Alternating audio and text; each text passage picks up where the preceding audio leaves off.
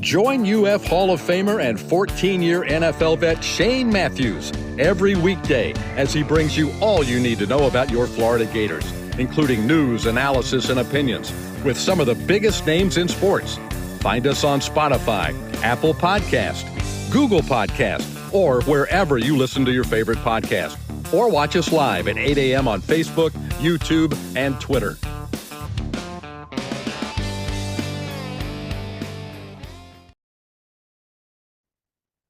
Good morning. You're looking live at PodUp with Matthews in the morning from the Crime Prevention Security System Studios. Large enough to serve you, small enough to care. I want to thank David Steele for our introduction today on this Thursday. Today we'll have our college football analyst and Heisman Trophy voter Brent Beaird, and then we'll have a little Baker Sporting Goods High School roundup. Talk a little volleyball and high school football early in the season, but we'll get some thoughts from Mike. Don't forget tonight, NFL kicks off, Thursday night edition. Defending Super Bowl champs, the Chiefs, against, don't be surprised if the Lions don't win tonight. I like the Detroit Lions a lot this year. Let's go to the Titan Tomorrow hotline and let's get Brent Beaird's thoughts on week one. It's week one. It was week one of college football. Good morning, Brent. How you doing? Shane, doing well. I want to add to the TV schedule that Louisville plays Murray State tonight on the ACC network. I know probably a lot of folks don't have that, but just in case the NFL game doesn't go well or is a dog game, you can watch Louisville and Murray State. And by the way, Louisville is going to be a really good football team too, so folks to keep that in mind. But glad to see there's another game on tonight. Yep, another one of my top 5 play callers in all of college football, coaching them up there at his alma mater now in Jeff Brom. So you talking about a team that can throw the football. Really? They can do it. So Brent, let's just start. Just give me your overall thoughts, what you took away from week one. Well, I was at the LSU FSU game.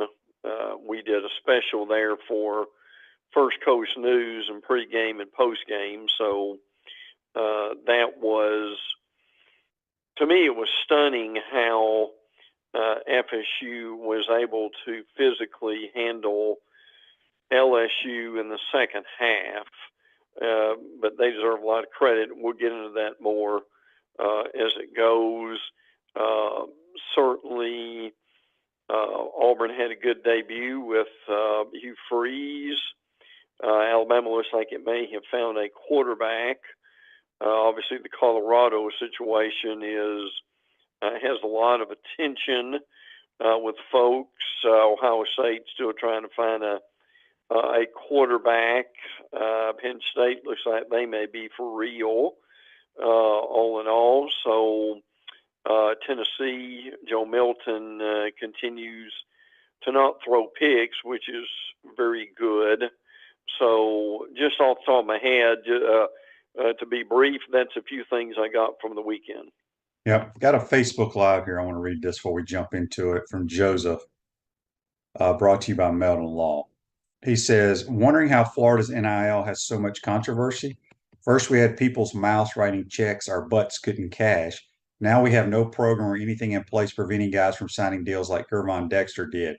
We got to get it together. We need to get these kids advisement. If people missed it, Gervon Dexter is suing some representation that the contract he signed is bizarre. I agree with what you're saying, Joseph, but once they started Florida Victorious, what he did had nothing to do with Florida Victorious. It was before that. They took several high-profile financial guys are running Florida Victorious. I also know Ryan Dunn, who came over from the UAA as part of the leadership committee there. So the structure is in place now. But before that, you're correct. It would be like Brent Beaird just starting his own little group and saying, hey, we'll pay player X this. It was a mess. So the Florida Victorious is first class and under control. Yes. Yeah, Tim, the Gator Collective is gone. That's all the crap in the past that is gone. It is not in existence anymore. So it is Florida Victorious. And We'll leave it at that. All right, Brent. Not really many upsets. I mean, I guess I wouldn't call Florida State upset. Florida State has jumped up to number 4 in the AP poll, played extremely well. The addition of Keon Coleman makes this team totally different, in my opinion. Yes. Yeah. We had heard earlier in the summer that Keon Coleman was going to be better than Johnny Wilson, who is 6'7", and Coleman is 6'4". But they shredded the LSU secondary, which is having problems of its own. But those guys really were able to pick it apart and become a really dangerous weapon for FSU. I agree with that totally. Coleman, and again, we're just projecting, but if he has performances like that, but by the end of the year, he'll be all conference and maybe even all American. Yeah, Johnny Wilson is a good player. I don't consider him great. I mean, his height is what makes him, but he drops a lot of balls. Yes. Keon Coleman is a legit NFL wide receiver, so that definitely helps him. Brent, we talked about what a little bit. North Carolina kind of manhandled South Carolina. I think in year 2, Gene Chizik, I don't want to say he had to wear the rust off of being retired for so long working in the studio, but his defense played pretty well against the Gamecocks. He got some different players too, but what Shane is talking about, and this is amazing, frankly, they sacked Spencer Rattler 9 times. North Carolina had 17 sacks. Get this, all of last year, they sacked Rattler 9. So, needless to say, Shane, that they'll have a little bit more than 17, but it is safe to say Chizik deserves a lot of credit for turning that defense around for that opener. Yes, for sure. Facebook Live brought to you by Mellon Law. Joe says, Shane, do you want to be Billy's offensive coordinator? No, because then y'all would be raising hell at me when things went bad. Yeah, really. Yeah. On YouTube, brought to you by Quality Plumbing, Brady says, go Gators. Shane, do you think we will see QB number 2, Max Brown, get some playing time this Saturday? I would assume. This team's horrible. But Max erratic now. So I'll leave it at that. I mean, the story of this first week is obviously Colorado. I was wrong. I didn't think they had a chance. Now, after I said all this, I finally got in touch with one of my former teammates who has a kid that plays for TCU, and he goes, TCU's not going to be very good this year, Shane. Yep. He goes, they only have like 3 starters back, and they just aren't nowhere near what they were last year. He was right. Now, give Colorado credit. We'll see. They play Nebraska this week. Just your thoughts on Deion and Colorado, Brent. Well, I mean, I'm surprised too. We need to let it play out and see what happens. People really, because it's a long week, we all, I think, overreact week 1, and then we kind of settle down. But, I mean, Shadir Sanders, the quarterback, who is Deion's son, had an amazing game. Travis Hunter is really impressive because he's a two-way player, a wide receiver and defensive back. Now, they very well may beat Nebraska. Nebraska is just really struggling to score.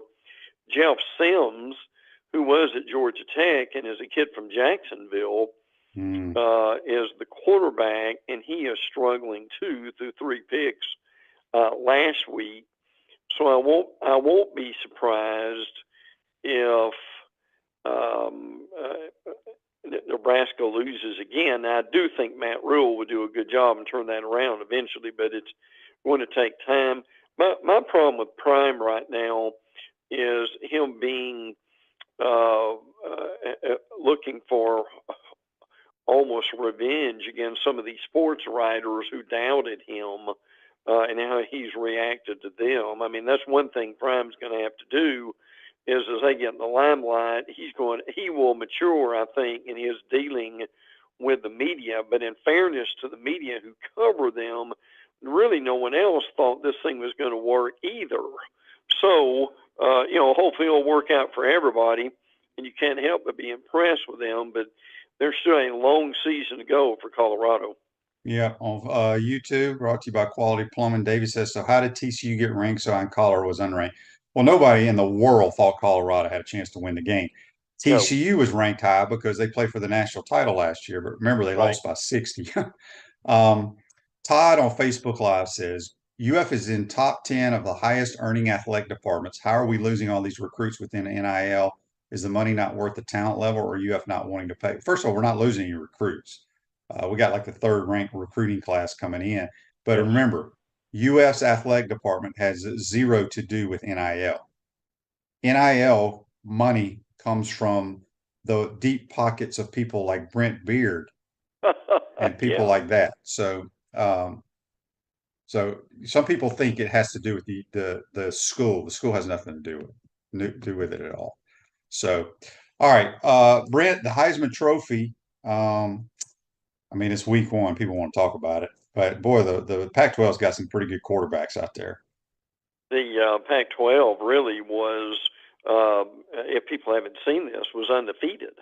Now, sometimes you can do that your first week because of who everybody plays, but I mean, everybody knows about Caleb Williams. I have always been impressed with Michael Penix in Washington. Now, Bo Nix is getting better. I really do give him credit for that. We mentioned Sanders a few minutes ago for Colorado. Now, we're not saying one of these guys necessarily is going to win the Heisman Trophy, but that's a really good group, incredible amount of quarterbacks out there. And again, I know I've asked you this before, but about how impressed you are with Michael Penix. But Shane, if people have not seen him play, they really need to take some time to watch Washington over the next few weeks and just appreciate how good he is. Yep. Some transfers had some pretty good weeks. I didn't even realize Haynes King was playing for Georgia Tech. JT Daniels, I think we spoke about him, or at least I brought him up last week. He's played for 4 different teams, which is bizarre. It really is. Yes. Haynes King now is at Georgia Tech. He had a good week. Threw 3 touchdowns. JT Daniels is with Rice. They played Texas, so he is amazingly. This is his 6th season. Listen, I saw a stat the other day that there's a quarterback. I'll look this up again, who is in his 7th season. It's probably. I think it's the kid from UTSA, the Roadrunners. That's it. Yeah. Too. So, but yes, and Trey Sanders, who was in Alabama, he transferred to TCU and had 3 touchdowns for them. Ryan on YouTube, brought to you by Quality Plumbing, says, "Good morning, Shane. What did it look like we were doing different on defense compared to last year?" We may have been a little more aggressive. I think we just got better players. Yes. Look, Utah ain't great on defense. I mean, on offense, they're very vanilla. They do what they do. They're very good at it. But the defense played pretty well. They played much better. Yes. We got quarterback issues with the Buckeyes up in Ohio.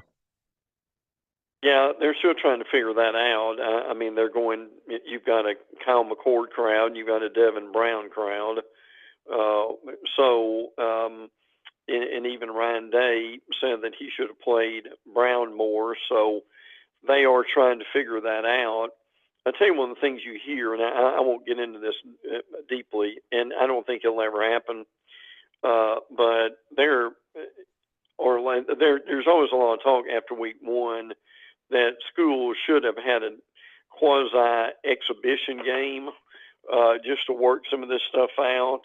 I guess maybe that's what the scrimmages are for, but just to play somebody different before you actually play. But college football, they don't have an exhibition season. I don't think they ever will. They might, but I don't think they ever will at this point. But that would help a lot of teams. And again, we've got to. I think this is going to be one of the great things about the 12-team playoff is if you're struggling in the beginning and you can right the ship, you can still make the playoffs a lot easier than you can with a 4-team playoff. So that is one thing that's going to help a lot of these teams. And Shane has said to our listeners and viewers, it takes a while just to get things going sometimes. So got to have some patience with these teams. Yeah, a preseason game would have definitely helped the Gators. Text on the Titan More text line from Jim in Dallas, Texas. He says, Shane, your thoughts on James Franklin scoring with less than 6 minutes in the game to cover the point spread? I saw that all over Twitter. I didn't see any of the game. His defense was, our twos were in there, let them have a chance to play ball. I get it. I totally understand that. I'm not sure I would have taken a snap with 6 seconds and tried to score though from the 5 or whatever it was. You got any thoughts on that, Brent?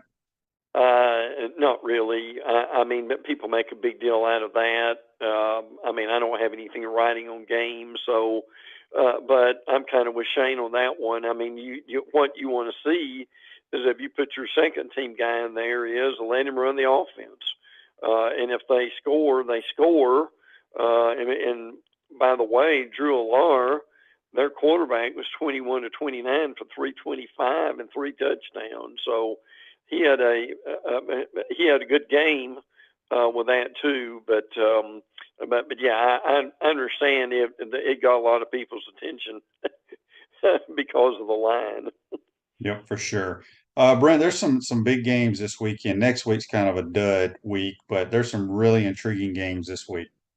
Yeah, they really are, and some of these went on the radar too. Illinois is at Kansas. That is actually tomorrow night. Notre Dame and NC State's a good game. That is at NC State. You've got SMU and Oklahoma. We'll kind of see what that's about. Oregon and Texas Tech can light up the scoreboard a little bit. Utah plays Baylor. Baylor is struggling a little bit. I still think that coaching staff at Baylor is very good. Iowa and Iowa State is always obviously a big rivalry, and because it's at the beginning of the year instead of the end of the year, people don't pay that much attention to it sometimes. Cincinnati at Pitt's a good game. We'll get in this a little bit, but Auburn is at Cal.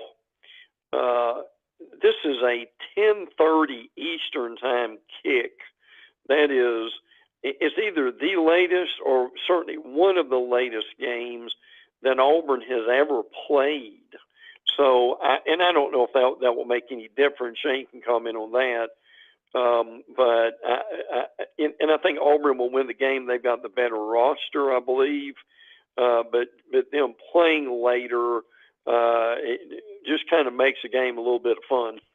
Yes, indeed. Boy, it was a rough weekend in the state of South Carolina for football this week. Pretty much almost every team in South Carolina lost this week, which is very unusual. I mean, obviously Clemson, South Carolina, Wofford, Citadel, Coastal Carolina, South Carolina State, Presbyterian, Erskine. I mean, probably some teams people never even heard of. I mean, that's just very unusual for something like that to happen. But it was a very difficult weekend this weekend. JB says those are the good games. Yeah, this week is a very good game. There's a lot of good games this week, JB. Next week it's terrible. Radware is a family-owned business that prides itself in excellent customer service while providing quality and affordable promotional products and customized apparel. Speaking with Brent Beaird on the Titan More Hotline, he's a Heisman Trophy voter as well. Brent, let's go around. We'll have Mike Ridaught talk a little high school sports in the second portion of today's program. Let's start in the SEC. Boy, I got a feeling, and I've been wrong about a lot of stuff this year so far. Boy, I think these Texas Longhorns have a chance to win this Saturday, Brent. Oh, I don't deny that at all. I mean, this is a good club in Texas. Quinn Ewers is a very good quarterback. Now, Bama's going to see some of the better receivers. They are going to see next to Texas A&M. Xavier Worthy is very good. their tight end, Jatavian Sanders, is too. And they've got some good defensive players in Ethan Burke, who's an edge, Trevonde Sweat, and Byron Murphy. The reason they're so good is Bo Davis is their defensive line coach. He was in Alabama at two different stints. He has been with the Lions. He's now with Texas. I can tell you Alabama wants him back badly. So there are some former Bama coaches on this Texas team. Now, I will say this. And again, I know it was Middle Tennessee State, but Jalen Milroe played well. I don't know how much of that you've seen yet, Shane, but he had a good touch on his long ball. The question with Milroe, again, is he only a one-read quarterback? And then after that, he starts running. But I will say this. Bama was better in some areas where they needed to improve. They had 2 penalties. They had 0 turnovers. And they were able to run the ball on 3rd and short. So, and Deontay Lawson was very impressive too. But again, Bama won the game last year in Austin in about 150 degrees with a late kick by Will Reichard. So I look, this could be a classic on Saturday night, no question. Yeah, Arkansas plays Kent State. They took it to my man Kerwin Bell's Catamounts of Western Carolina last week. We'll skip over them. As we mentioned earlier, Auburn is at Cal. They're playing that two-headed quarterback. I mean, yeah. They're basically doing all their damage running the football. I don't think they threw it very well, right? They were okay throwing the ball, but they did put Robbie Ashford in when they got into the red zone, and he looked good. So I don't know how long they will go with 2 quarterbacks, but I think a lot of this is probably to keep Ashford from transferring somewhere. Peyton Thorne did okay too, scored 3 rushing touchdowns in the game. But I mean, it was a good, we understand the competition, but it was a good win for Auburn. They will go to Cal. They did lose Austin Keys with a thumb injury, and he's going to be out for a while. Still not sure when and how much Jarquez Hunter is going to play, but he will. So 59 points, sellout crowd. So they were excited on the Plains Saturday. Yes, indeed. All right, what can you tell us about the Gators? A lot of mistakes. Yeah, and I spoke to the Putnam County Gator Club Tuesday night, and when we talked about this, and I'm speaking to the Clay County Gator Club next Tuesday night, so to bring some hope and encouragement, hopefully. Look, and for anybody wanting to get rid of Billy Napier, that's not happening. His buyout's $31 million, and he's just going to have to be given time. I thought Graham Mertz was okay. I thought he was pretty solid at times. Eugene Wilson needs to get the ball more. I think people still need to realize 70% of Florida's players are in their first or second year at Florida.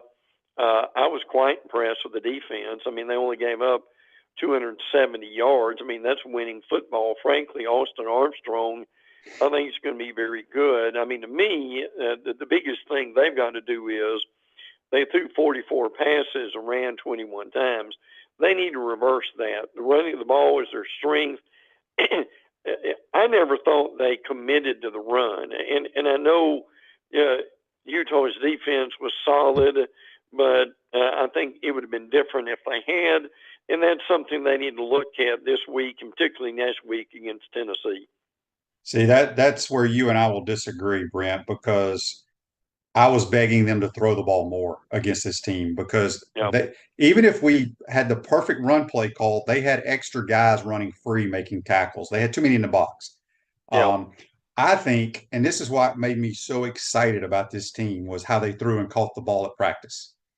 I hadn't Yep. seen that since freaking Trask was playing or Spurrier coach team. Right. And as a stat right here, and I know stats are for losers, but people like this crap.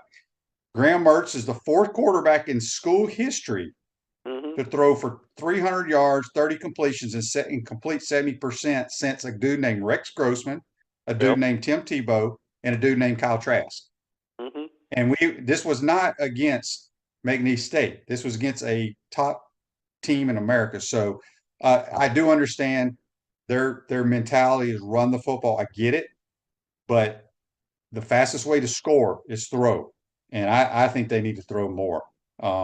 That's just me personally. That's my philosophy, whether it's right or wrong. I just think they got so many damn playmakers out there. Get them the ball. So we'll see. We'll see. Hmm. The Dogs, they struggled early and then kind of blew it open late. What can you tell us about Georgia? They did. They'll be fine. I mean, there are a lot of Georgia fans really don't like Mike Bobo, and they struggled. Look. I think they were bored as much as they were anything else in the beginning, but they did right the ship as it went. Lad McConkey is going to be sidelined with a bad back. Jackson Meeks has a stress fracture. Wide receiver Dewan Edwards is getting better in practice. Small Munden ankle is playing a little bit. Kendall Milton's doing better with his hamstring. Carson Beck threw for nearly 300 yards, 2 touchdowns. So, I mean, look, they're just not going to be playing anybody right now. They got Ball State this weekend, who lost to Kentucky last week, and now next week they play South Carolina. Georgia does. That will be interesting to see where that goes. Georgia, South Carolina, Florida, Tennessee will be the 2 big games next week in the league. All right, the Rebels are traveling to New Orleans to play the Tulane Green Wave. This should be a heck of a ball game. This is a very good under the radar game that people probably haven't paid a whole lot of attention to. Ole Miss did well, played 3 quarterbacks in their opening win against Mercer. Jackson Dart is still the starter. Now, the Region 2 lane is really good as Michael Pratt. They've got an excellent quarterback. Shane, how about this? In Tulane's opener, Pratt was 14 of 15 for 294 and 4 touchdowns. And that was against South Pretty good Alabama, day. who has like 19 starters back from a pretty good Yeah. team last year. So Yeah, exactly. he's legit. And that's who Billy Yes. wanted, but we couldn't get him for some reason. Right. I agree with that totally. So be aware of that game. It's in New Orleans. So that's one to watch. But Ole Miss certainly offensively did real well. We're still going to be watching this Ole Miss defense and to see if they're going to be improving over the next few weeks too. Yep, for sure. Let's talk a little bit about the Mississippi State Arizona game. That's an intriguing game. It is on a lot of levels. Creed Whittemore is a kid from Gainesville that plays for them, and from Mississippi State, and he brother Trent obviously. So they're getting him involved with Kevin Barbay's offense. Not much of an air raid for Mississippi State. They've changed that with that too. Now Arizona beat Northern Arizona. Jaden Alara threw for 285. But look, this state team's good. I mean, they're a veteran team on that front 7. They've got a lot of seniors there. But this will be I think, frankly, another very interesting game.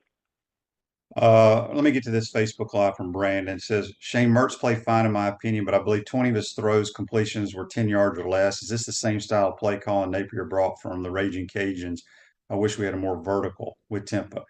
Look, I guess it's because he's your quarterback for your team. Go watch Pat Mahomes. Not every ball is thrown down the field. That's quarterback Yeah. play. Majority of your completions are gonna be 10 yards or less. There's nothing wrong with that. No. That's just high percentage taking what the defense gives you. I mean, the last thing you want to do is drop back and throw three vertical routes, and now you're punting. I Yeah. had zero issues how he played. He missed a couple easy throws early in the game, which everybody does, but he's got to hit those. But go watch Caleb Williams. They throw a ton of wide receiver screens at USC. Everybody does. So I think people need to get that out of their head. It's about efficient play. When we did throw it down the field, he hit a couple of them. But you can't just drop back and throw 25, 30-yard routes. Those are low percentage. Nobody does that. All right. So real quick, Brent, because man, time goes fast. I want to get your thoughts on this Miami A&M game. Yeah, this is a big game. And by the way, to dovetail what you just said, the short passing game is the reason the air raid has been so successful too. Right. Yeah. I mean, Will Rogers is going to but by the time he graduates, will be the all-time leading passer in the Southeastern Conference. Yeah, he sure And will. ain't nobody talking about him throwing it vertical. He's high percentage intermediate stuff. And then you take your shot. So there you go. Yeah, I agree. This A&M goes to Miami. This is a 3:30 ABC game, which probably means it'll be about 110 on the field at least. But look, this is going to be a very intriguing game. Connor Weigman played well, and starting with A&M, their wide. People need to watch this game just to see the A&M wide receivers. Bobby Petrino did a good job last week in being able to call their game. Now, A&M is going against Miami safeties and Cameron Kitchens, who very well could be an All-American again. James Williams, those guys were impressive. Shannon Dawson did a pretty good job, frankly, with Tyler Van Dyke. They are running the air raid. Speaking of the air raid, Miami is. That's what's different about them. But here's your reality for this. I think the line of scrimmage, and I do think Miami would be better this year, but I'm not sure they're going to be able to win the line of scrimmage here, Shane. McKinley Jackson, Walter Nolan on the interior of that A&M defensive line are very, very good, and I don't know if they're going to be able to run on them very much either. But Tyler Van Dyke is improved as quarterback. Leonard Taylor, the middle of the defensive line, is helping too, to think about that. Now, Shane, I'll let you deal with this a little bit later that we have time. But for this game, Miami is offering a BOGO ticket special. Fans who purchase tickets for the A&M game receive a free ticket for the Georgia Tech game on October the 7th. Yeah, that's crazy. That's crazy. I don't think Miami thinks their fans think they can beat A&M. I don't think they can either. People are asking about this hurricane. Is it going to affect the game next week? I have no idea. We'll have to call Jim Cantor. Well, I mean, I've got the Weather Channel on now. From all I've seen about Hurricane Lee, that and I'm not a weather person, but just what I've seen, they're saying they think there's enough out there to push it north to where it's not going to be a real factor for us. But again, we know how these things are. They're unpredictable, and we just don't know. Real quick before we get you out here, Anna on YouTube, brought to you by Quality Plumbing, says, do you think that if Coach Prime manages to have a winning record, the pressure ramps up on Billy to make changes to his plan like special teams or hiring an OC? I don't think, no matter what Colorado does, has no impact or influence on our coach. Look, again, did the Gators play great? No. But everything besides giving up a few sacks, which happens in a game, a shank punt, and a missed chip shot field goal, those are physical things. Yeah. All the other dumb crap we did is very correctable because it all happened before the damn ball snapped. Yeah, true. So that's I mean, when I tell you we did so much dumb crap, I can't tell you. And it's fixable. They got to get it fixed. That's the bottom line. They have to get it fixed. Brent, last thing before we get to Mike Ridaught. Clemson Tigers. Boy, they lost the game. They dominated the football game from a stat standpoint. They went up and down the field, chip shot field goals, blocked punts, couldn't score from inside the 5 twice. Dabo says it's the craziest game he's ever seen. I agree with him to a degree, but Clemson just doesn't look as athletic as they have in the past. Well, some of this is that Dabo just refuses to take advantage of the transfer situation. Mm-hmm. Now, this is a stat that you rarely will ever see. Clemson threw for 209, and they rushed for 213 and lost the game. Listen, it is a rare situation when you can run for over 200 yards and you lose. That's amazing. But I mean, Clemson's recruiting ranking, they've averaged 7th over the last few years, and Duke's averaged 57th. So, but I give Mike Elko an incredible amount of credit. Elko was a DC at Notre Dame, and then he was at A&M, and now he's at Duke. They've done a really incredible job. And I'll tell you one thing that's really disturbing for Clemson fans, and I'll be brief with this, is, and I'll give Tom Luganbill credit for it.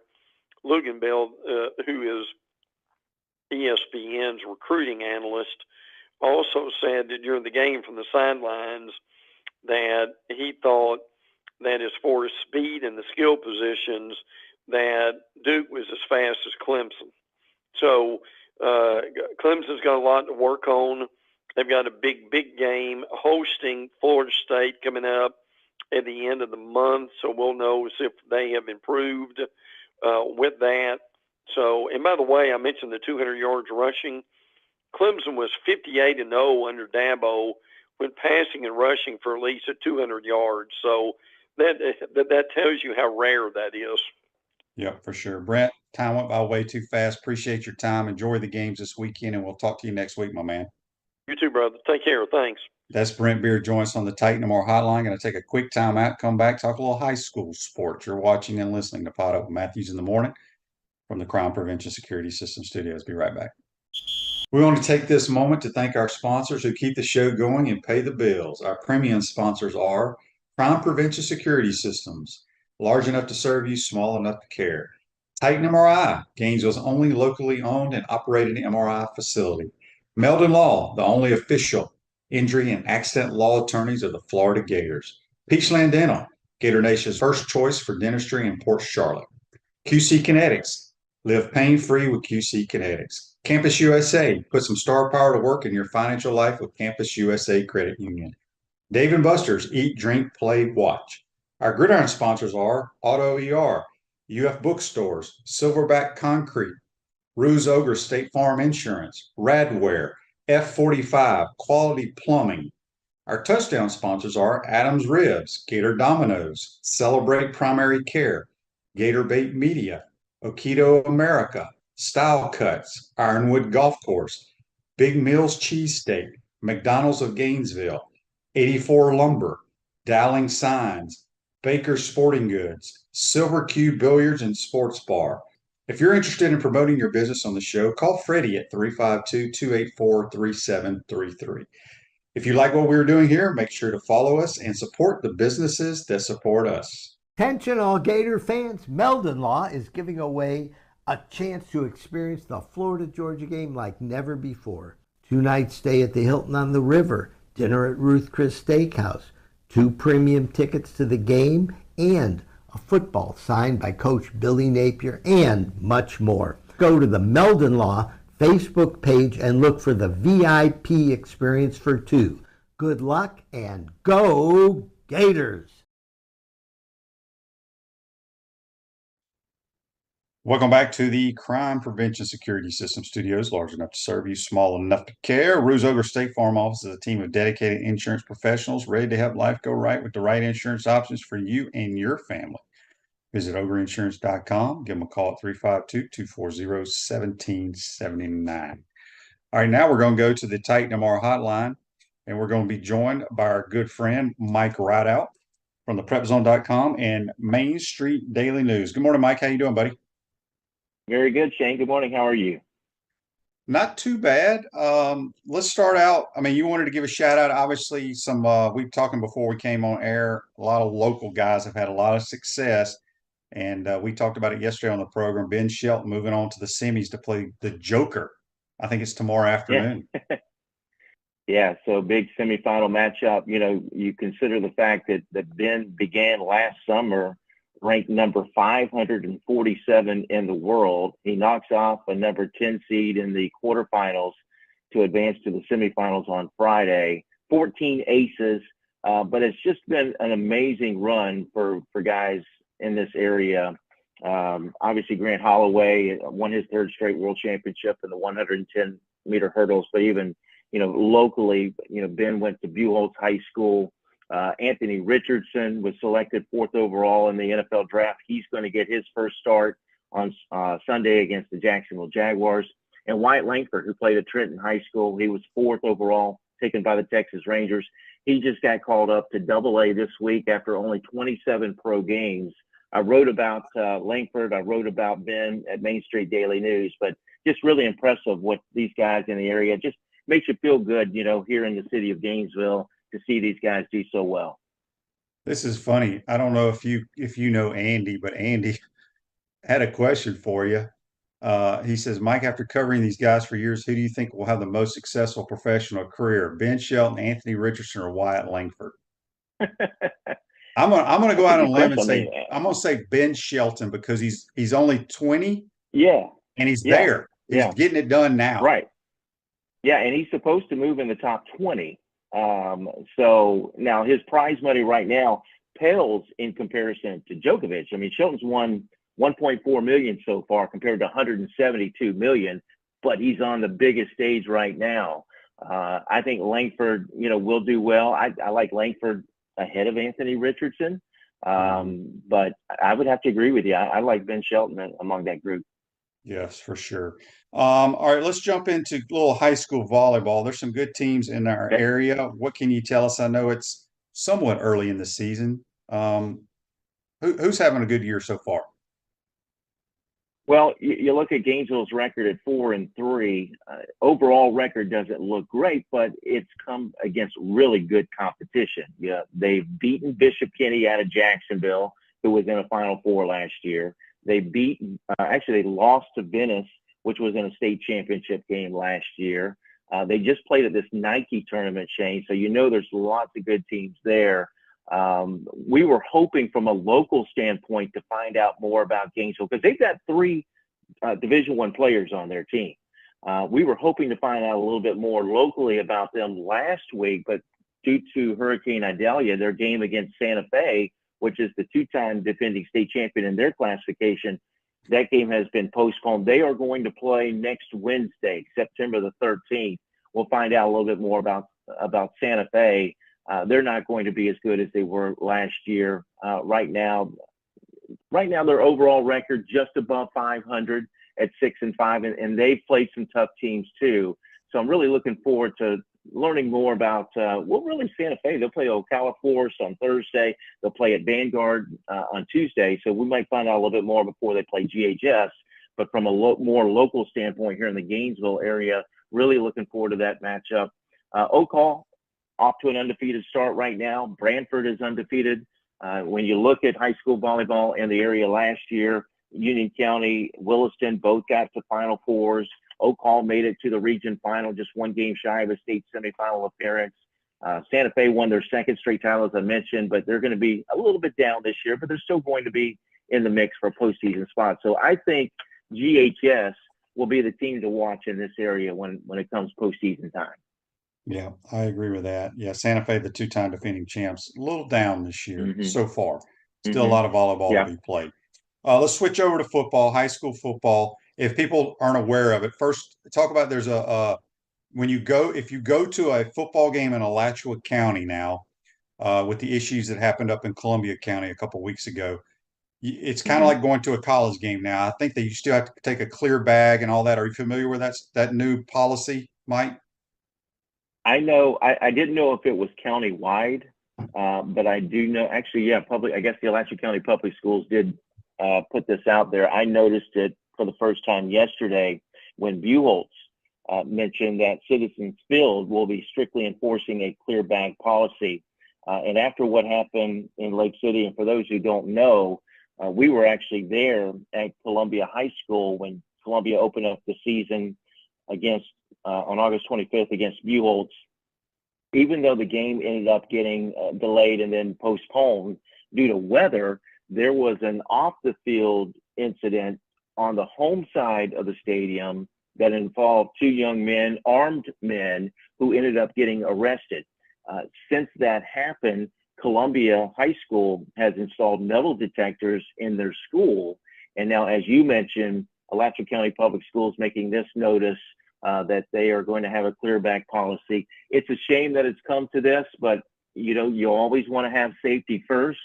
So I'm all for it. If it, last year we had the incident at Citizens Field where we thought someone had a gun, but it ended up being a taser, and everybody scrambling, at that. So again, it comes down to a safety issue. So I'm totally all for that. Yeah, it's crazy though.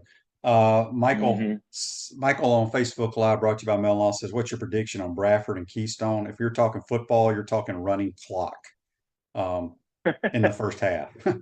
Wouldn't you agree with that, Mike? Bradford versus Keystone? Yeah, I mean, because Bradford's defense is really, really good. So Keystone Heights, last week got shut out by Eastside 35-0. So, I think Bradford's, they went to the state semifinals last year. I think they've got the potential to make that kind of a run this year. But Bradford actually doesn't play Keystone Heights for a couple of weeks. But that one will get ugly. I think the Eastside game next week could get ugly. I mean, Bradford beat Eastside twice last year convincingly. And even though Eastside is better, that's going to be a tough one because that game's going to be played in Stark. So Bradford already in 2 games has only given up 6 points. Again, that defense last year, 9 shutouts, they set a school record, and they got some offense to go with it. So yeah, it could be a long night for new head football coach Steve Reynolds at Keystone Heights against Bradford in a couple of weeks. Yeah. Let's talk about the rural teams. Obviously, Hawthorne kind of put it on Newberry, which most people thought. Out of those, I mean, there's so many good 1A rural teams in this area. Yeah. Who's playing the best ball right now? Yeah, and I mean, I was a little bit surprised by the final score. Now, I was at the Eastside Keystone game. That was the game Newberry that we wanted to broadcast, but because the game was televised, they were having to move us outside because it's such a small press box there at Newberry, and with the threat of rain, we decided to pick another game. That was the game we were hoping to broadcast. I thought with Kill McGriff at quarterback, they got a good running back. I thought they could hang around for a little bit with Hawthorne. Now, don't get me wrong, Hawthorne's the defending state champions. They still have some players this year. They've got some key guys that have transferred in from North Marion High School. But you've got to go number one with Hawthorne. Now, for me, Shane, to find out just how good Hawthorne is, I think we're going to find that out next week. They've got South Sumter coming up at home next Friday the 15th. And that's a game that we will actually, no, we won't broadcast that one on radio, but we will broadcast that one online at Main Street Daily News. So that is a big one for Hawthorne. Union County will go to Hawthorne this year in October. Union County right now is ranked number 2 in the state. USA Today, Florida Network High School football poll came out, I believe it was yesterday, and Hawthorne is ranked number 1. Union County is ranked number 2. But again, Williston still right there in the mix. They've got a big one against Newberry coming up in October. So we might learn a little bit more about the Red Devils, but they went up to Jacksonville and beat a higher classification team, First Coast, pretty convincingly. So from the rule standpoint, those 3 teams in particular, I still say don't count out a team like Chiefland, which even though they lost their first game to Williston, they were playing without their starting quarterback. Last week, Shane, in their first win of the year, they ended up beating Wildwood on the road, and it was a big game for their running back, Austin Jones. We, in fact, recognized him as our athlete of the week. But how about these numbers last week for Austin Jones? 312 yards rushing, 6 touchdowns, 24 carries. He averaged 13 yards per carry. So that's a Wildwood team that was in the postseason last year. So that's why I say don't count out this Chiefland football team just yet. They've been dealing with some injuries. I think in the end they will be in the postseason as well. Yes, for sure. Real quick, O'Call. RJ Fuhr's done a tremendous job over there. They're undefeated still, right? Yes. Yeah. And Eagles. they're probably gonna win every game until they get to the playoffs, right? I would think so. Looking at their schedule, even thinking that Seven Rivers Christian, I thought that might be a tough one for them. It kind of turned out to be a rivalry with the team from Lecanto, but it's the home opener. O'Call scored 77 points, I believe, in their first two games, almost 80 points in their first two games. And then when you look at Bronson and Eagles View, Harvest Community of Jacksonville. Yeah, I mean, I think it's a team that could go undefeated this year. Masters Academy of Oviedo could be a tough one, but they even have a loss on their schedule right now. So, yeah, RJ Fuhr, they went undefeated last year. They actually won or lost a game in the playoffs, were eliminated, but then that team had to end up forfeiting the win. So they actually finished undefeated last year, and I think it could be another unbeaten regular season for RJ again this year. Let's talk about Buchholz. They're rolling right now. I was at Buchholz yesterday, and they think the difference. This team has a chance to win a state title because of their line of scrimmage play, especially on the defensive side of the ball, in the addition to Miles Graham. Who is this running back they have that's scoring all these touchdowns? Are you talking about Quentin Cutler? Yeah. Where'd he come from? Yeah, Cutler. He was there last year. He actually rushed for 1,000 yards. That's the thing. They had Alachua County Superman. They had Whittemore out there. Well, he was the Gatorade player of the year. He was pretty good. Yeah, Mr. Football, the first Mr. Football in Alachua County. So that probably tended to plus you look at the receivers they had last year too, Shane. They had some Division I receivers too. So that kind of, I think, overshadowed what Quentin did last year, but he still rushed for 1,000 yards and 6 touchdowns. So, yeah, with Cutler at running back, and even, Trace Johnson is off to a pretty good start. He's only a sophomore quarterback. He's got some tough shoes to fill stepping in there for Creed. But, the fact that, as you mentioned, they've got those line of scrimmage guys, Kendall Jackson, who is a Florida commit. You mentioned Miles Graham. He's even carried the ball a few times for him this year. Thomas Weinhardt, defensive lineman, too. He had 80 tackles, 20 tackles for a loss last year. So, I've been impressed with Buchholz. I think they are the best team in the area. But, here's that matchup against Eastside. I think they're going to beat Eastside. Last year, this game was actually a competitive game for about a quarter. They didn't finish. It was late in the first quarter. Buchholz was up 7-0 when the game got called due to weather and ended up being a no contest. They didn't finish the game. Eastside's lost 9 in a row in this series. Their last win came in 2012. And even though Eastside's off to a 2-0 start, looked really good last week. Adrian Curtis, the PK Young transfer at quarterback, he threw for nearly 300 yards. He was 9 of 13, 5 touchdowns, and he didn't even play a full 3 quarters. But this is a different animal in Buchholz. But I actually think, and people will disagree with me, I think this game is bigger for Buchholz than for Eastside, even though Eastside's looking to snap that long losing streak in the series. And the reason I think it's bigger for Buchholz is because if you look at the Eastside schedule this year, they've got an 0-1 North Marion team, which is down this year. They've got 0-2 Ridgeview. And I know they go to Bradford next week, and I think that's a loss for them. But I think they'll beat Newberry. St. Joseph's 0-2. Santa Fe is down again, 0-2. Gainesville's 0-2. They're going to be in pretty good shape, after these 2 tests coming up. But for Buchholz, Shane, after Eastside, they've got Creekside, which is currently ranked 10th in the state in 4S. Then they've got Vanguard, which is ranked 7th in 3S. They've got Oakleaf on the road, which is receiving votes in 4S. They've got Barton Trail, which is ranked 5th in 4S. They go to Fleming Island, which is receiving votes in 4S. And then they close the season at Trinity Catholic, which was in the state championship game last year, and they're ranked 3rd in 1S. Their easiest game, Shane, is Gainesville on October the 5th. So they've got a really, really tough schedule. And by the way, they're in a very tough district. And I wrote about that last year. I may have to write about it again because Buchholz, Barton Trail, Creekside, Oakley, Fleming Island, and 4S District 3, those teams are combined 9-1. Last year, 3 teams from that district got into the postseason. So it's a tough schedule for Buchholz. They're ranked 4th in the state in Class 3S. But I think Buell's is the best team in the area. I would put Hawthorne number 2, but the Bobcats, back-to-back state semifinal appearances, could they make another run? I think it's certainly possible. They've got the talent to do it. And, kudos to Chuck Bell, who's off to a great start in his first year as a head coach. Yeah, they have a very good football team. Mike, appreciate your time, my man. We'll talk to you soon. Have a great weekend. All right, sounds good. You too, Shane. Thank you. Bye-bye. That's Mike Ridaught from the Main Street Daily News and PrepZone.com. Join us on the Titan Tomorrow hotline. Boy, time went by fast today.